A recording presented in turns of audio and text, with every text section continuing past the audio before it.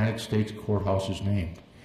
And just so you know, he is in everybody's circles, either the top or at least in the top 3 writers in terms of the quality and character and of the writings that he participated in at the United States Supreme Court, which says a world about Justice Jackson, the fact that he is from Jamestown in western New York. That case, the Barnett case, expressly overturned a prior Supreme Court decision. It pertains to compulsory flag saluting in schools and involves students who are Jehovah's Witnesses. So I urge you to hold on to your seats because this is going to be one heck of a program this morning. I know that a lot of hard work made today possible, including the efforts of your teachers, the administration at your schools, and our own court and technical staff, Mary Labazetta included. Hard work also from today's speakers, and you're going to be hearing from them shortly, whose decision I am certain will prove, and whose discussions will prove insightful and enlightening today. You're also going to hear from Hugh Russ III, President of Buffalo Chapter of ABOTA, attorney and ABOTA's own Michael Pearly, and you've probably had him lecturing at your schools, but without his efforts, none of us would be here today. Jay Skursky, whom you might watch at the sports here, Bill's beat reporter. I mentioned Judge because he wanted to be mentioned at least today. He's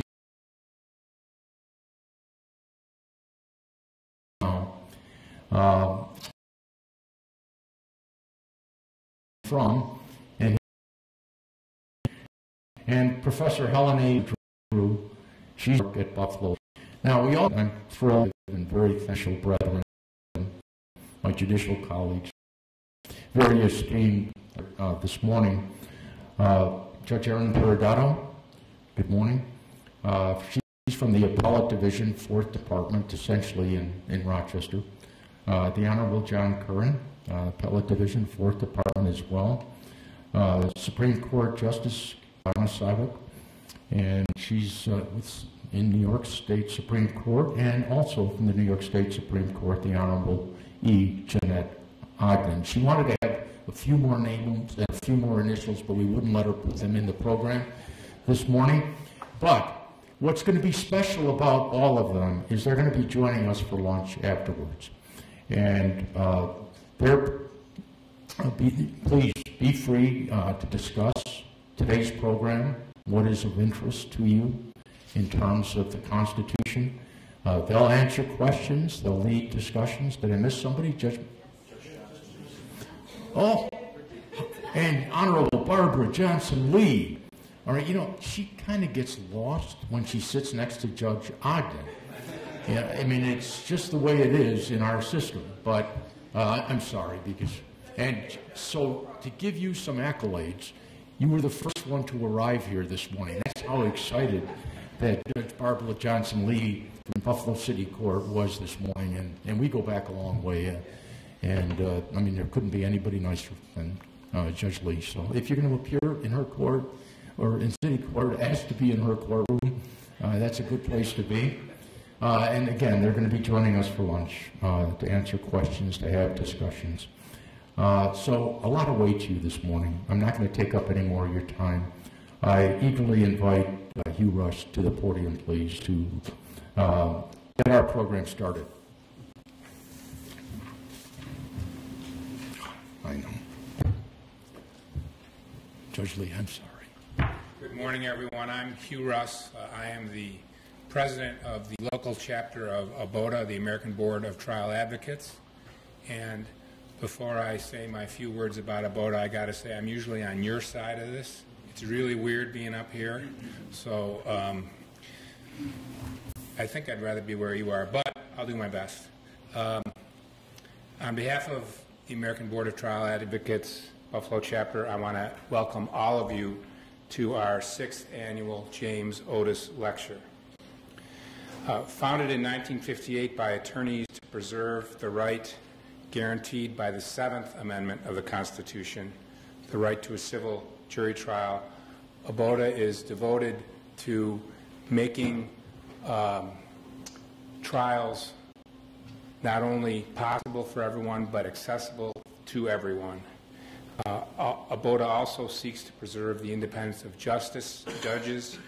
I know some of you are probably watching the confirmation proceedings that are happening right now, and obviously there are issues involved there. Finally, ABOTA and the ABOTA Foundation provide education for students like you. In particular, we have a program called Justice for All, which is an interactive DVD available for middle school students, so a little younger than you, but that's one thing we do. The other thing we do is this James Otis lecture. Now you may wonder, who was James Otis? James Otis was a lawyer in the 18th century, that's the 1700s, who argued for the rights of the colonists and for the limitations on the power of the government in a case that's known as the Writs of Assistance case. That was in 1761. This lecture today and this lecture series honors his memory as one of the lesser-known architects of our constitutional system. And even though he is not as well known as some of the more famous people you have learned about in school, his contributions to our Constitution were critical, and they persist even until today, as you will be hearing shortly. So thank you all for coming. I welcome you, and I look forward to a fascinating morning.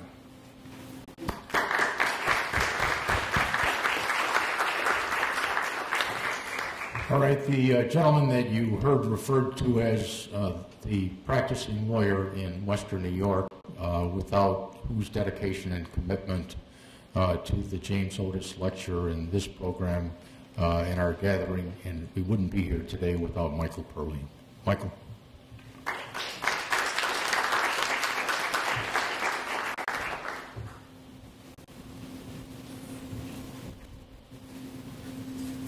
Good morning, all of you. I think I saw most of you in the lobby downstairs, but I also want to welcome you officially to our 6th annual James Otis Lecture. When we were looking at the program that we wanted to present to you today, and we decided upon the idea of investigating the constitutional limitations and implications of the professional athletes' protests, we needed an individual who could help us understand the way professional athletes think and what motivates them. And we came upon the perfect choice when we were able to invite Jay Skursky, and he accepted our invitation to speak to you this morning. Mr. Skursky is a well-regarded and award-winning newsprint reporter. His ability to communicate with professional athletes, both on the Buffalo Bills and our hometown teams and others when he's on the road, and his representation of them as a fair and honest reporter allows him to provide you today with insights into the way that they think. It is my distinct pleasure to introduce Jay Skursky.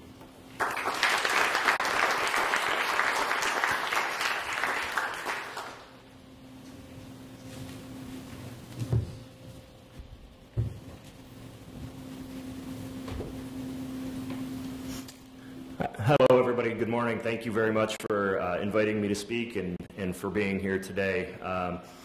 What I would like to do is to try to give you some of the background.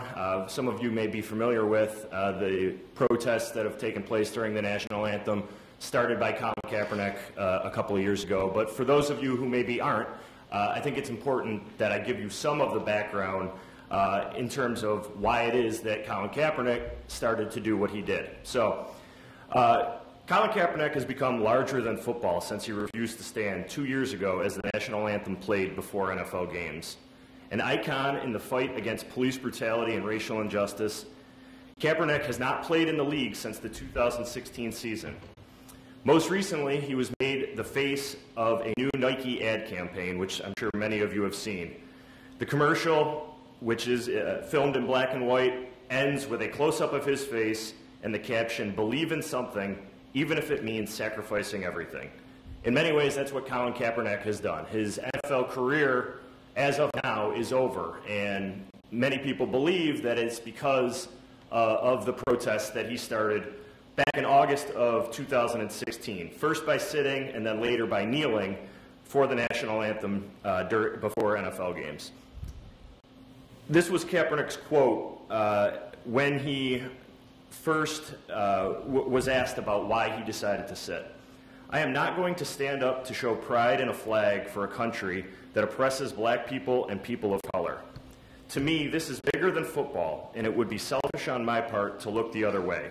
There are bodies in the street and people getting paid leave and getting away with murder. To me, something has to change. And when there's significant change and I feel like that flag represents what it's supposed to represent, and this country is representing people the way it's supposed to, I'll stand."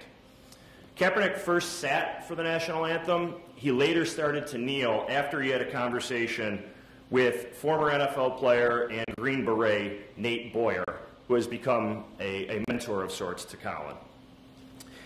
His protest inspired other athletes, both in the NFL and in other sports. His teammate Eric Reid, notably among them.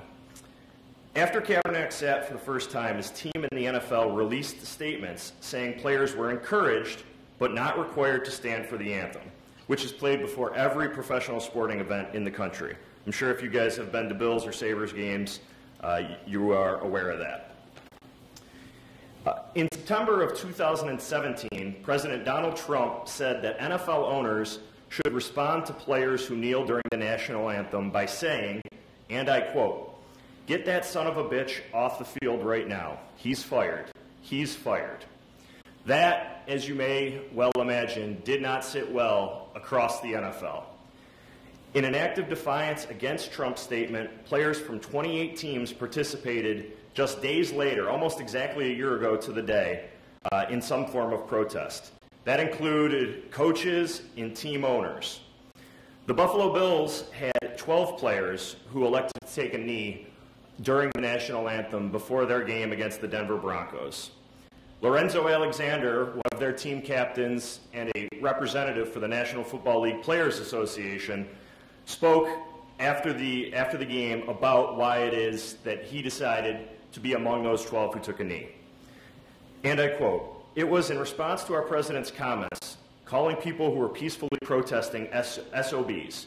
For me, with the background being Charlottesville and calling neo-Nazis and KKK members fine people, making that comparison and drawing a hard line versus NFL players who were doing something peaceful really touched me."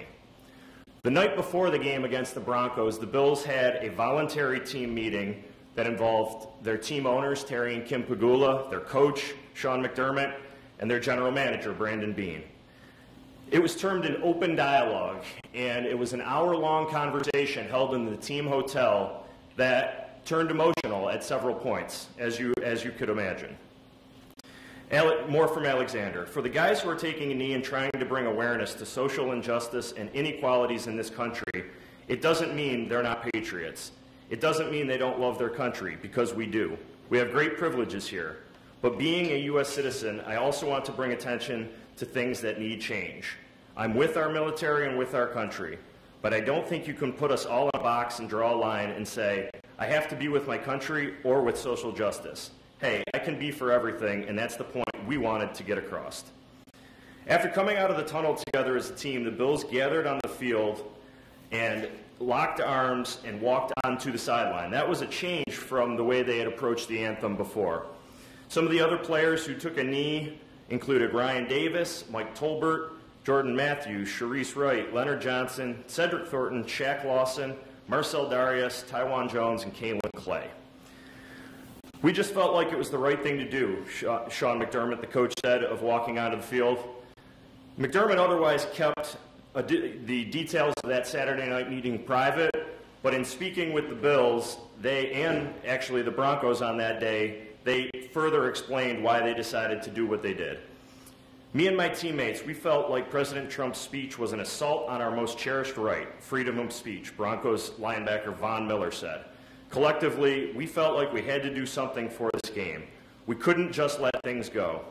I have a huge amount of respect for the military, our protective services, and everything.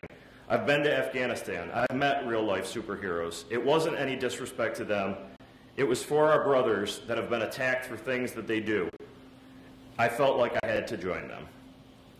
As you can imagine, the reaction inside New Era Field that day was mixed. There was audible booing from some people in the stands. You can't please everybody, Alexander said of the pushback to the protest. You can explain where you're at, and they're going to hear you or they're not going to hear you. We have some guys on this team that won't kneel, but it's all about respecting people's opinions and perspective. We still love each other. That's what this country is all about. Colin Kaepernick, for his part, has been honored by several different organizations, including GQ, which gave him the Citizen of the Year Award in 2017, and Sports Illustrated awarded him with the Muhammad Ali Legacy Award. He's also received the Eastern Moreau Courageous Advocate Award from the American Civil Liberties Union of Southern California. Things changed in 2017 for Kaepernick when he became a free agent. He ended the 2016 season on injured reserve, and although his performance had declined somewhat, most around the NFL believe that he's still good enough to play in the league. However, he has not been signed to this date, which led to him filing a grievance against the league, claiming that he's being colluded against by owners because of his protesting. Athletes who peacefully protest should not be punished, Kaepernick's attorney said in a statement. Still, players continued to kneel, and public backlash mounted until team owners in May declared that all team personnel on the field during the anthem must stand and show respect for the flag and the anthem. Now, that happened in May.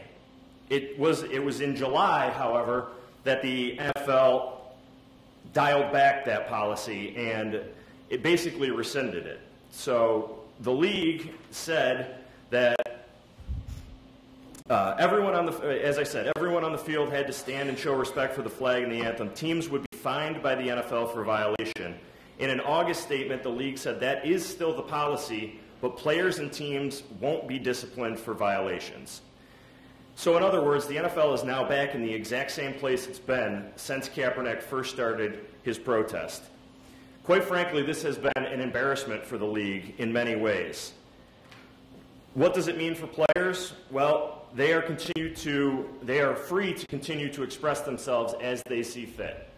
Now, I should mention that, at least in regards to the Buffalo Bills, after that initial game where a dozen players took a knee in protest, the following week, 6 players continued to do so, and by the week after that, none of the players have done so. And that has been the case since then. All of the Bills have stood for the national anthem. What NFL owners did today was thwart the players' constitutional rights to express themselves and use our platform to draw attention to social injustices like racial inequality in our country, said Eagles safety Malcolm Jenkins, who has become, along with Kaepernick, a leading voice in this movement. The removal of the policy is a win for those players who want to continue to have their voices heard without threat of punishment. On the week following the Bills game against the Broncos, I had the opportunity to speak with all 12 of the Bills who decided to take a knee for that game. I wrote an article in my Sunday column that was called Why I Knelt. 12 players explain their decision. And my thinking was that I wanted each of those players to say as much or as little about why it is that they decided they wanted to take a knee. I think it's important that I share a couple of those opinions with you.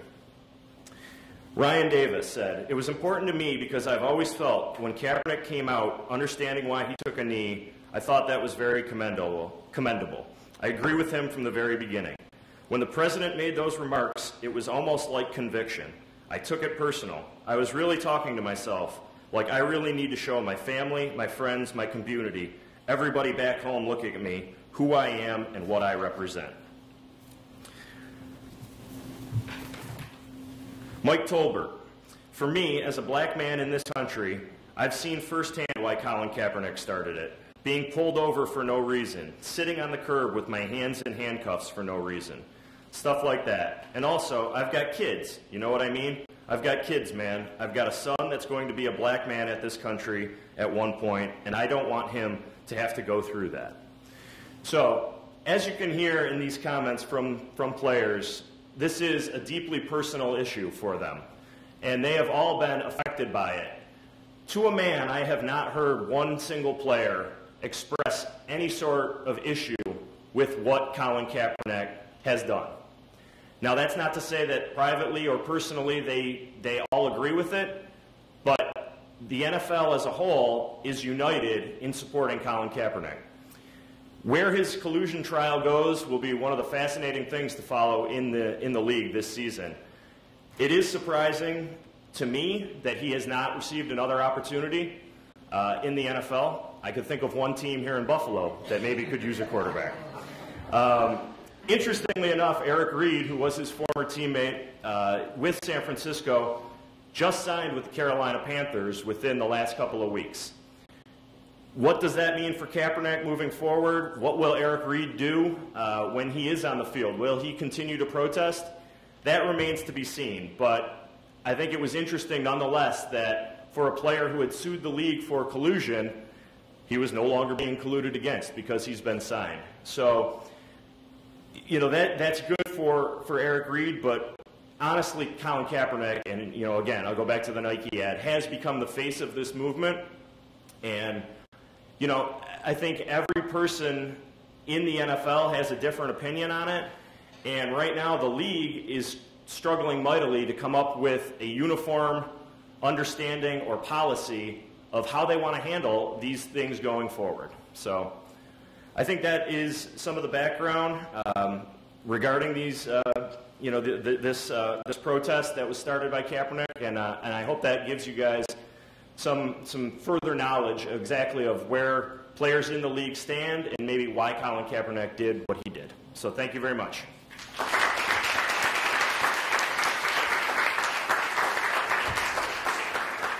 Thank you very much, Jay. That was very insightful, and of course, Jay has a lot of firsthand experience in the sports world.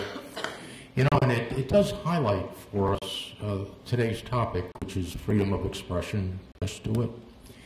And, you know, that's the beauty of our Constitution. We don't have to agree with every person who says something. We don't have to agree with what is being said. Our Constitution protects all of that.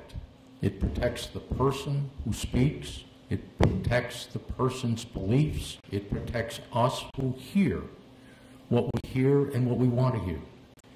Our Constitution makes our country great. It's the ability that we have to dialogue, to keep our minds open to what is being told. It does require thought, and that's the beauty of private and public schools. You were taught to, and that our Constitution wants to guarantee, protest your right to take in everyday life, but in every single thing that we do, great country. Okay. With that, Judge Scott, you know, we set you up. It's like a cream puff for you.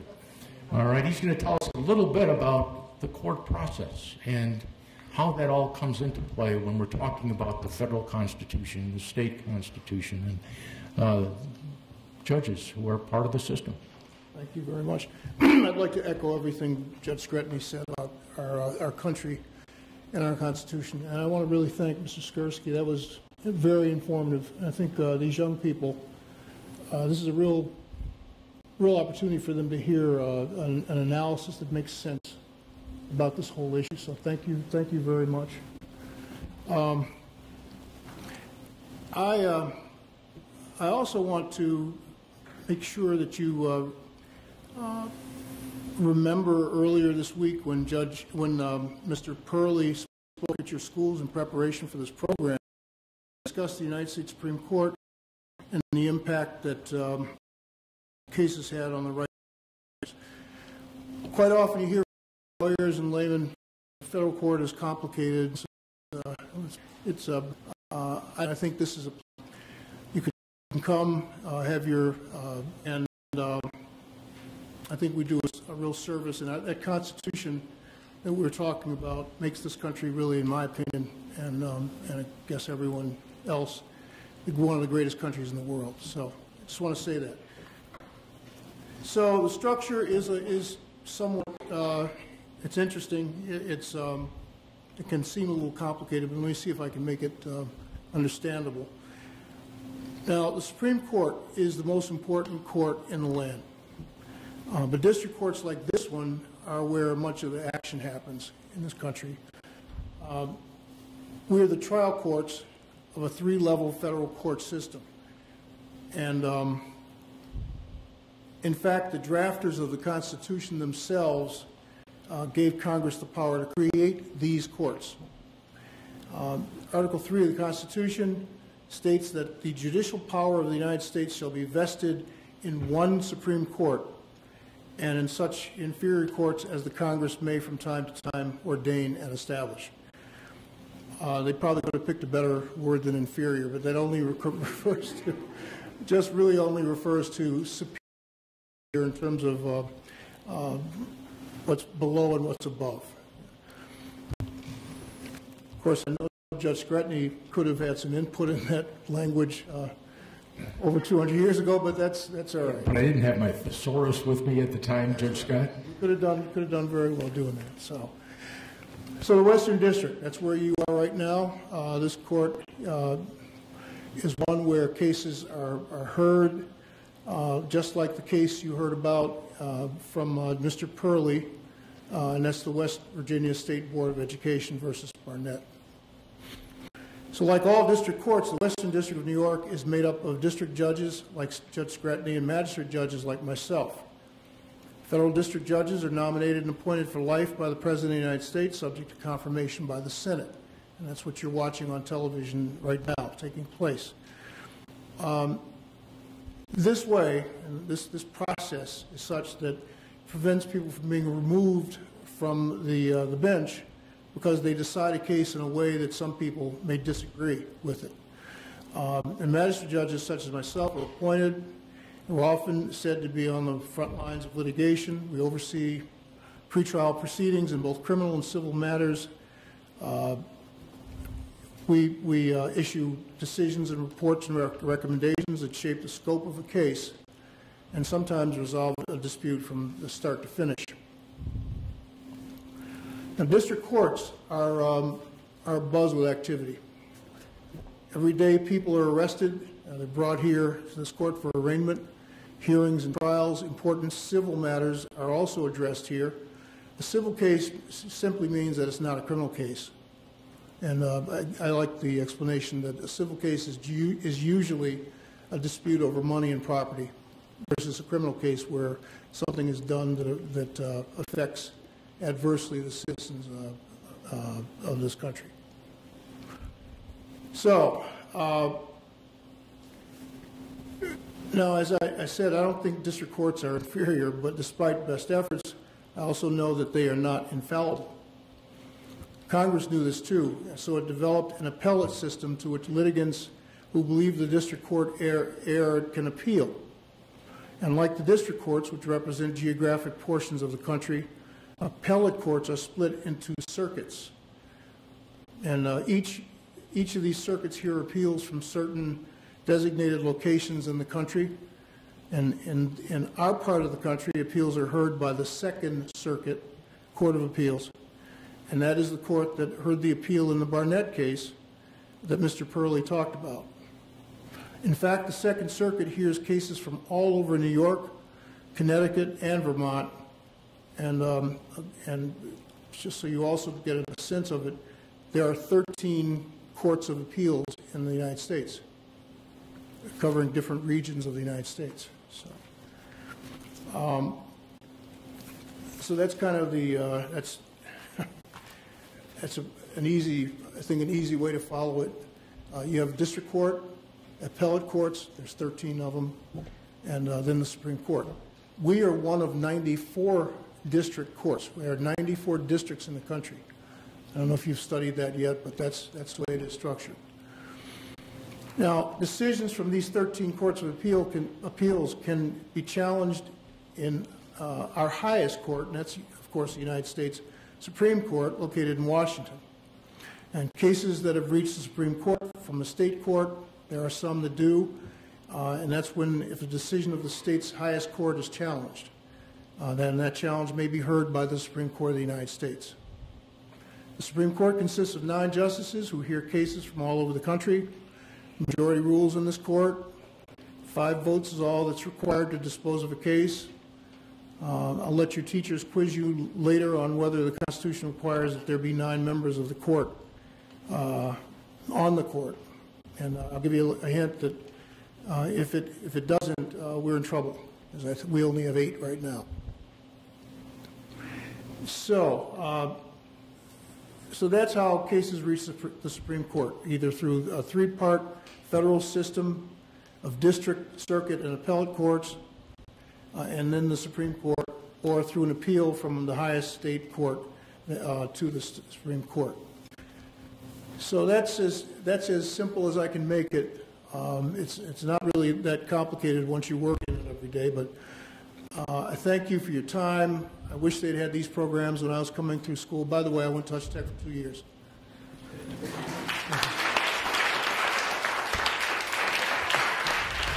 All right.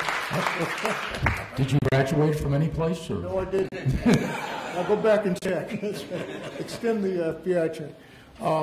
So I look forward to talking to you at lunch, and we'll have a very nice discussion. Mr. Pearly, again, thank you for your efforts in putting this program together every year. We look forward to it. Thank you.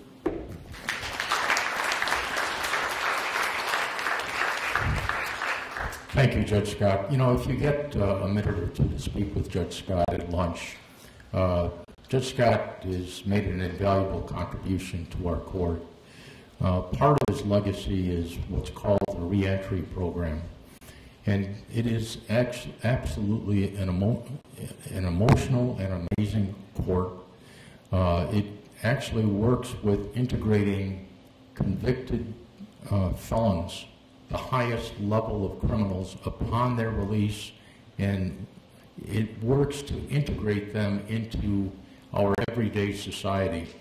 It's an invaluable transitional court. Judge Scott has put a lot of time and effort into that, and the results in making individuals actually able to participate in everyday life a reality. So, Judge Scott, talk with them about that. It's just an amazing experience, and thank you for your efforts in that regard. Okay, the co-founder of the Jackson Center in Jamestown and a practicing lawyer here in Western New York, Greg Peterson.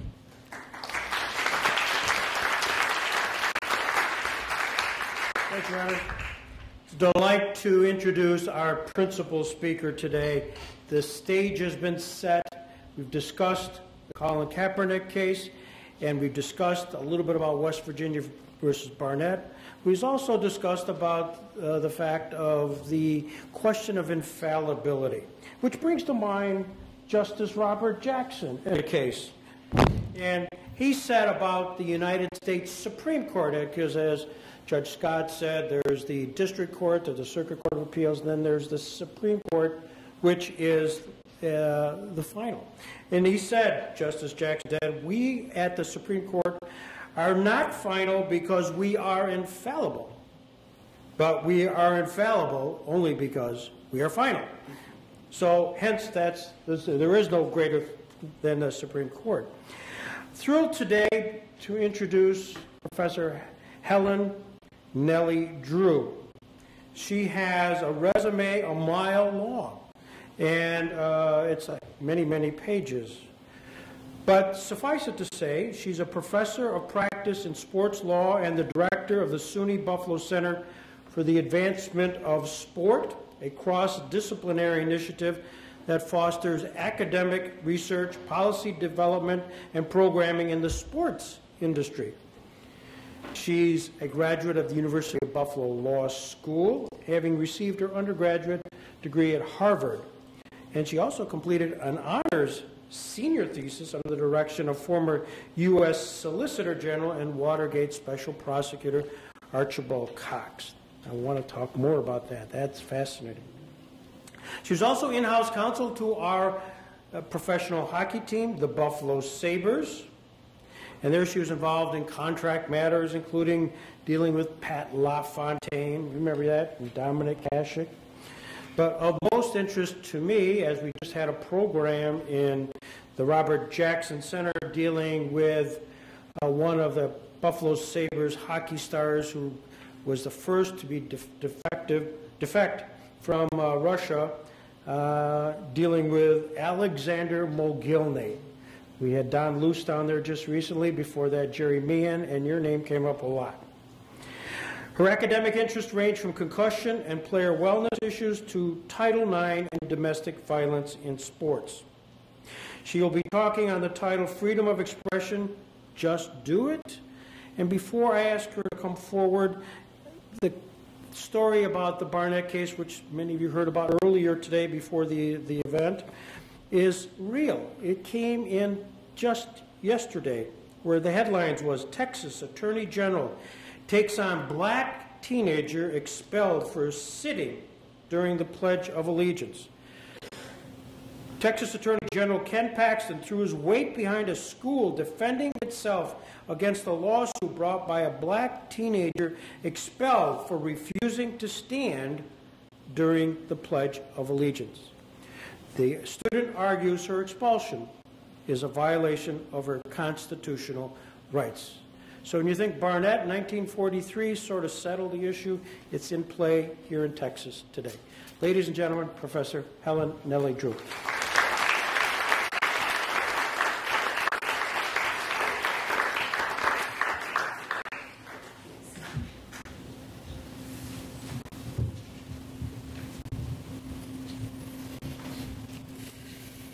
Good morning. Thank you for being here. I appreciate the invitation very much. Hugh Russ, an old friend, I was saying to him earlier, I think we were in our first sports law class together. It was a long time ago. We had an argument then about whether girls and guys should play ice hockey together, and neither one of us budged. So he's still a very good advocate. Also to Mr. Michael Pearly for the effort he made to organize this program and for BOTA. It was interesting to hear Judge Scott mention how nice it is to have this program. I know it's been a long morning for you, but I will echo that. When I was in your shoes, I was first generation to attend college in my family. I didn't know any lawyers. I had a very vague notion I wanted to be a lawyer, and I didn't have this type of experience. So as mentioned in my biography, I went to Harvard College, and my very first class as an undergraduate, was in Langdale North Middle, which is the big lecture hall at Harvard Law School. My first professor was Archibald Cox. And I sat down there in the front row, and I was like, wow. And I was sold. And I haven't looked back. And it's a really great thing to get up in the morning and love what you do and want to do it. And I hope that this, I can't aspire to be Archibald Cox as he was to me that day. But I hope that this program will give you some insight, and perhaps if you're interested in a career in law, I think that the members of the bar would agree with me that there has never been a time when we need more bright, capable, energetic, passionate young people to consider a career in law, so I hope you'll consider doing so. So the title of the talk is, freedom of expression, just do it, right? So how many people here are sports fans? Awesome. So did you see that leap that Josh Allen made? Yeah, was that great? Too bad he couldn't repeat it against the Packers, huh? Next weekend. I'm not sure we need another quarterback right now. I'm good with this guy. He's got a lot of energy. How many people here think they might be interested in being attorneys? Okay. Well, maybe we'll encourage a few more of you. Okay. You ready? Okay, so as mentioned, this is we're in the Robert Jackson Courthouse. If you see a picture up here on the screen, and he's from Jamestown. And I encourage you, if you have the time, to take a little bit of effort and get on your phone and look him up once we get out of the courthouse and read about his life. A very interesting man, very well written. Thank you. And what do he and Colin Kaepernick have in common? Well, take a look again at the screen, and you'll see the First Amendment. Both very, very strongly interested in that. Okay, I can't see it very well myself here. So I was told I can't walk. Sorry, I'm a professor. I walk and talk. Oh, very good. Thank you. So 1940, there's a case. You see it there on your screen. Over here if you want. Montefiore School District versus Bidas. What's happening? Anybody here take AP US or AP Euro? Oh, yeah, great class, huh? Yeah? Wait till you get there. You'll be glad you took it in the end. What's going on in the world in 1940? Okay, so kind of in context, just much like Colin Kaepernick, things are going on in the world. What do you suppose people in the U.S. are thinking as events are transpiring overseas in Europe? We're worried about getting into war, right? So there's a surge of nationalism, and there's this law passed that everybody should stand and say the Pledge of Allegiance and salute the flag in school. A lot of schools do that now, right? Okay, so this case comes up before the Supreme Court. The Supreme Court's like, that's a good idea. That's a good idea. We want to inculcate values of patriotism and loyalty. That's okay. Mary, just go for it. And what's the problem? Well, there are some people, and you've heard about them this morning already, Jehovah's Witnesses, who have a very literal interpretation of portions of the Bible, including that right there, which I can't read verbatim from here, my eyes aren't that good. But essentially the essence of it is that they are required by their religious beliefs not to worship or to pledge allegiance to what's considered to be a symbol or a graven image, and to them that's the flag. So they have a really big problem with sending their kids to school to salute the flag. And so parents of Jehovah's Witnesses children were sending their kids to private schools and paying the freight for that rather than sending to public schools. And that was a problem, and it didn't go away. Much as we hear, these issues keep recurring, right? The First Amendment is vivid now as it was back when it was first enacted. And the case comes before the Supreme Court again 3 years later. So you AP US people, what was going on in 1943? Where's the US then? Middle of World War II. Can you imagine what it's like then in World War II, right? People are very, very worried. You know, families are sending their sons overseas to fight. They've lost sons. This is a very, very hot topic, okay? And it comes up before the Supreme Court again. And again, I apologize, I can't read the quote from here. Essentially, Justice Jackson, who is incredibly well written, writes the majority. And I just pulled out one quote that struck me. The entire opinion is well worth reading. And it's written in English. He's very, very well written. It's a document that you can understand. I know when I first started law school, I would read cases. Some of those in contracts are pretty bad, right here. And you, old language, old English made not a whole lot of sense. But that wasn't Justice Jackson. He wrote very, very, very, very easily understood prose. And what he said was, but freedom to differ is not limited to things that do not matter much. That would be a mere shadow of freedom. The test of its substance is the right to differ as to things that touch the heart of the existing order. So what does that mean? What do you think that means? What kinds of issues is he talking about there? Anybody? You can speak. I know it's good you can talk. Anybody guess? What's he talking about there?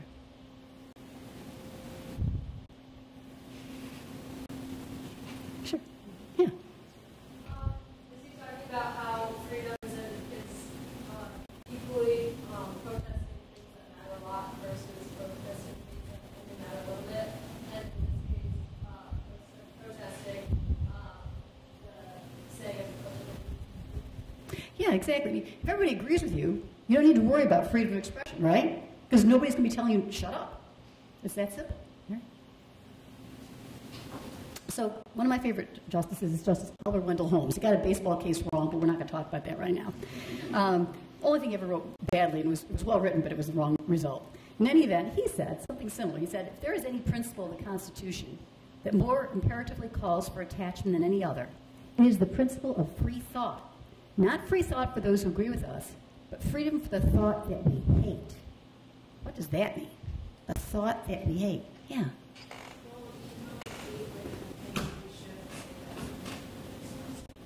Yeah, and the really poignant part of the case that Justice Jackson wrote to me was the fact that it had to do with public education, right? So in that case, in the Barnett case, the situation involved something similar to the previous case, but the students are being kept home from school. The parents couldn't afford to pay for the private schools. The kids are being kept home from schools, which means they run the risk of what? Failing? Yep. Chance of being successful? Truancy, and parents were even threatened with being in prison for not sending their kids to school. So this is a big deal. And again, reflecting back to what we heard earlier this morning, that we are heart of public education, right? The ability to exchange ideas, freedom of thought. Okay? So are there any limits to freedom of expression? Yes, like what? If incites terror or violence? Anybody else? Chaplain? Yeah. If you're sitting in a facility and yell fire. Fire in a crowded theater. See the flames there? That's not just my high school's mascot. Yep. Okay. Okay, so to some extent, so typically three, okay? The kaboom means you can't have fighting words. Words that are calculated to incite violence. Flames, the idea of fire in a crowded theater. The final one is obscenities. You're not supposed to do that either, right? Okay. The rest depends upon where. So does the First Amendment apply everywhere? Go to Wegmans, you see those signs that say you can't solicit or whatever, or right? Okay, why? Why do they have the signs there? It's a business, okay? Is it public or private? It's kind of a mishmash, right? So why did I pick City Hall? What's City Hall? Public, right? So does the First Amendment apply to City Hall? I'm questioning justice here. I presume it does, right?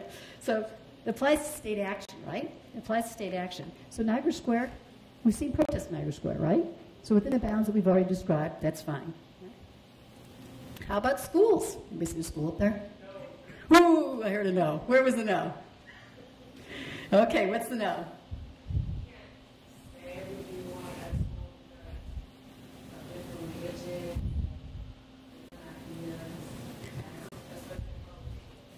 Okay, so in public school, it's an odd mix.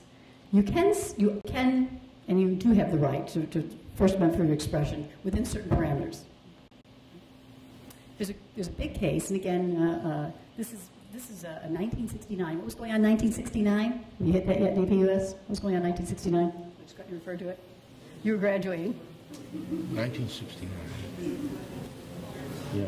Anybody know what this case is about? It's about people who learn the Vietnam War who are black men on their shoulders and they were suspended. Right, so were they saying anything? No, and there's a large part of this case. These students went to school, and they were wearing black armbands to protest involvement in the Vietnam War. They weren't saying anything. They weren't being unduly disruptive. They just were wearing black armbands, and that was great offense was taken at that by the administration, so they were suspended. The case goes up to the Supreme Court. And the court says it can hardly be argued that either students or teachers shed their constitutional right to freedom of speech or expression at the schoolhouse gate. So there you go. You do have First Amendment rights, at least in a public school setting, right? Unless you can't be disruptive. What does that mean?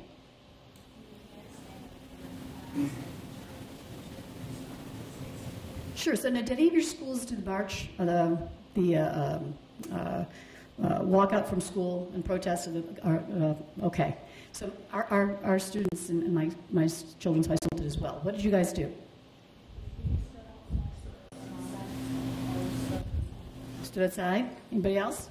School administration was okay with it? Yeah? Okay, so my kids and I actually went down to Washington, D.C. and did the march. It was an amazing, amazing event. First really large political protest I've ever been involved in. It wasn't my idea, it was my kids.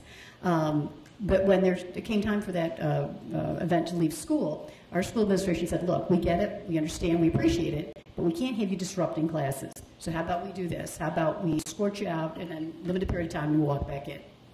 And that falls within being non-disruptive, right? Can you just wholesale leave classes and slam doors and lockers? No, that would be disruptive. But there, you see, there's a reasonable parameter that we're setting. Or if it's private school. Sorry, guys, who here is at private school? Yeah, you buy in for the rules you buy in for, right? That's just the way the world works.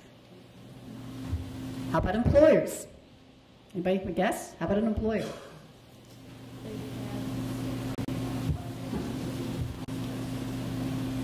So it's kind of again, a mismatch of opportunity here. If it's a public employer, it's state action. And the current state of the law is that a public employee is free to speak about things that are matters that are not with respect to their specific job obligations. The idea being that's a sort of a different area, and that's somewhat contested. How about the NFL? Is the NFL an employer? Okay. How about, in this case, he was working for the San Francisco 49ers. Are they an employer? Public or private? Ah, therein lies the rub, right? Okay. So does the First Amendment apply? Anybody tell President Trump about the obscenity thing? Just asking. Sort of. I keep wanting to tell him to put the phone down. The players cannot be fined or imprisoned, okay, or punished by the government. Is that what's being threatened here? Well, kind of, but not really. I mean, President Trump is making a lot of noise, but is he in the process of doing that? No. How about the 49ers or whomever he might sign with? They have the right to fire him or punish him for his actions. Well, they certainly have the right. Right? There are some legal clauses in the collective bargaining agreement between the NFL and the NFLPA, as well as in the standard player agreement, that arguably would give the NFL and or a team that signed Colin Kaepernick the ability to discipline him. I put Papa John's on there. What happened to Papa John's? Yeah. That was sad. Why? What happened?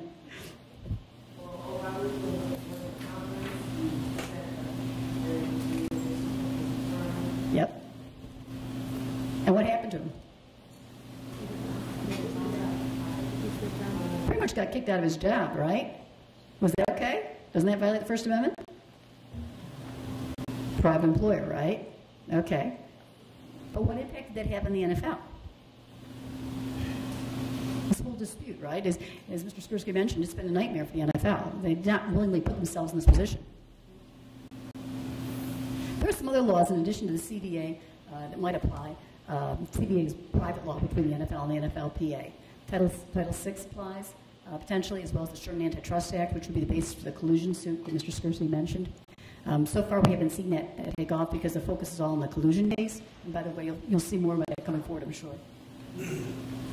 Even if it's illegal, it's a good business. You guys all saw the Adidas ad. Did you see what happened? What did happen afterwards? Excuse me, Nike. Adidas, Nike. What happened? Yeah, so initially what happened, do you remember? There was a small drop, like a 4% drop, and then it took off like a rocket. Who do you suppose they normally sell to? Who's their market? I'm looking at it, right? Okay, all right. So I'm sure they did some market research ahead of time, but it took off like a rocket. So pretty good idea, huh? Let's go back to Justice Jackson Barnett. What did he say? To believe that patriotism will not flourish if patriotic ceremonies are voluntarily and spontaneous, instead of a compulsory routine, is to make an unflattering estimate of the appeal of our institutions to free minds. We can have intellectual individualism and the rich cultural diversities that we owe to exceptional minds only at the price of occasional eccentricity and abnormal attitudes. What's that mean? What's that mean? What's he trying to say there? How many times people get up, say the Pledge of Allegiance, have a sleep in the morning, right? What does that mean, right? What's he trying to say there? Yeah. I mean, we can go a lot more ways, but even if people are being involved in it. Yeah, it's meaningless, right? That's the point he's trying to make. And you need to offer the opportunity for people to be, to be disrespectful, just to be politely disrespectful, I guess, to take the knee, to do whatever it is appropriate. So the University of Buffalo is what kind of institution? Public institution. We've had these conversations with our athletic teams, and the athletic department is very supportive, and their response is, your students first. We want you to be engaged in the academic discourse. And if you want to protest, we'll be there with you, but all we ask is that you be respectful of other people in the organization and in the environment as well. Just like Mr. Skursky mentioned with the Bills team, the in-house conversation. What do you want? What are you looking to achieve? How can we get there? How can we be respectful of each other, even if we have different opinions? So what do you think? Just do it? And I think the big takeaway message here today is that you do have that freedom. You may suffer consequences, but you do have that freedom. And back. So this is his law school. We pitch the law school. As I said, I hope this encourages you people to think about it. We have a very vibrant community here in Western New York, a lot of lawyers, a lot of alumni who came out of UB School of Law. And I'm happy to talk to you about careers that are open to you, both in sports law as well as in other opportunities. And that's the slide I brought my contact information. And check out our sports law blog, ublawsportsforum.com. There'll be more in there about Colin Kaepernick, especially as the collusion case plays forward. I promise there'll be a post on that. And thank you very much. Hope you have a very great day.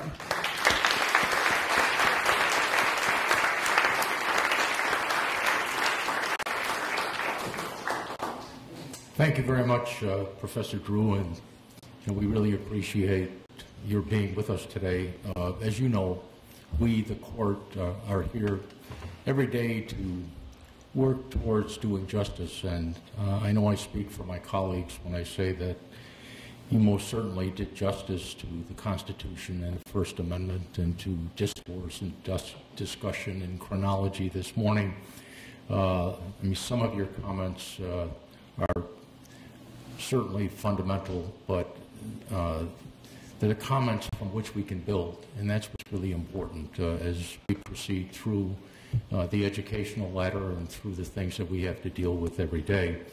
When you do get the opportunity, ladies and gentlemen, to speak with Professor Drew, I heard through my sources that she really was a force to be contended with when she was on the ice playing hockey in college. So you may want to ask her about that. I hope that you, Jay, invite Professor Drew to Sunday's program and discuss the quarterback situation with her. I don't want to tip my hand, but Professor Drew, I do agree with you. In any event, it's probably time for this morning, and with just a words that I think are particularly germane to today and the discussion and of the Constitution. Of that, we, the people of the United States, in order to secure the blessings of liberty to ourselves, make things right for ourselves and for others, take seriously comments and the thoughts and the inspiration as we have. I mean, we're never too young to contribute. Obligation. The is there to help you ask. Thank you very much, teachers, to all of you, to those that have participated, our judges and our speakers and our organized staff. Enjoy lunch. Let's have a great discussion. Thank you very much.